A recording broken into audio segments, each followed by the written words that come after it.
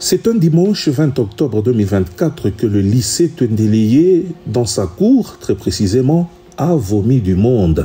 Tous disciples de Baden-Powell, de la Fédération des scouts de la République démocratique du Congo pour la célébration du centenaire de ce mouvement d'encadrement de la jeunesse, en présence de plusieurs autorités politiques, dont le ministre de la Jeunesse dans le Haut-Katanga, représentant personnel du gouverneur Kaboula Kato Jacques. Plusieurs délégations venues des 4 coins du pays ont pris part à cette double grandiose cérémonie du centenaire et l'ouverture de l'année scout 24-25 sous le thème « Un nouveau siècle scout en RDC pour bâtir un avenir durable ». Le chef ortholan résolu Rodrigue Katoulou, commissaire national à la communication et maître de cérémonie, a d'abord déroulé le programme du jour dans toute son organisation avec différents intervenants. Membres et distingués invités en titre de qualité respectifs, bonjour. Nous voici aujourd'hui réunis à l'occasion de la célébration du centenaire du mouvement scout en République démocratique du Congo.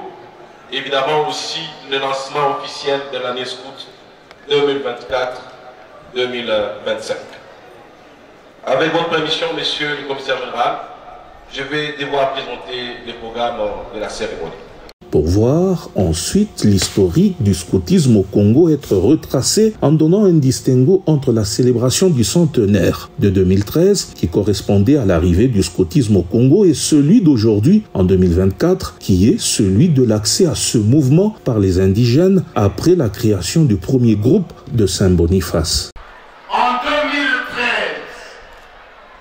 le professeur Bertin Makolo de l'université de Kinshasa, un ancien scout de Lubumbashi, alors commissaire général de la Fédération des scouts de la République démocratique du Congo, avait rappelé à tous que le scoutisme est arrivé au Congo belge vers les années 1912 comme un mouvement propre aux expatriés colonisateurs et que c'est seulement en 1924 que les autochtones ont eu accès au mouvement à partir d'Elisabethville, l'actuelle Lubumbashi. L'étendard du centenaire va assurer de manière très symbolique le passage du premier au deuxième centenaire à cette jeunesse représentée dans toute sa diversité.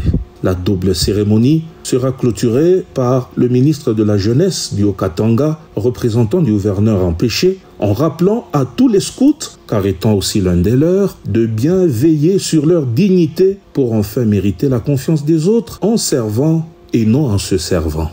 Faire le plaidoyer sur la réhabilitation des locaux scouts, être disponible pour accompagner les scouts, le ministre Kadinga rassure de s'y investir dans le gouvernement Kaboula.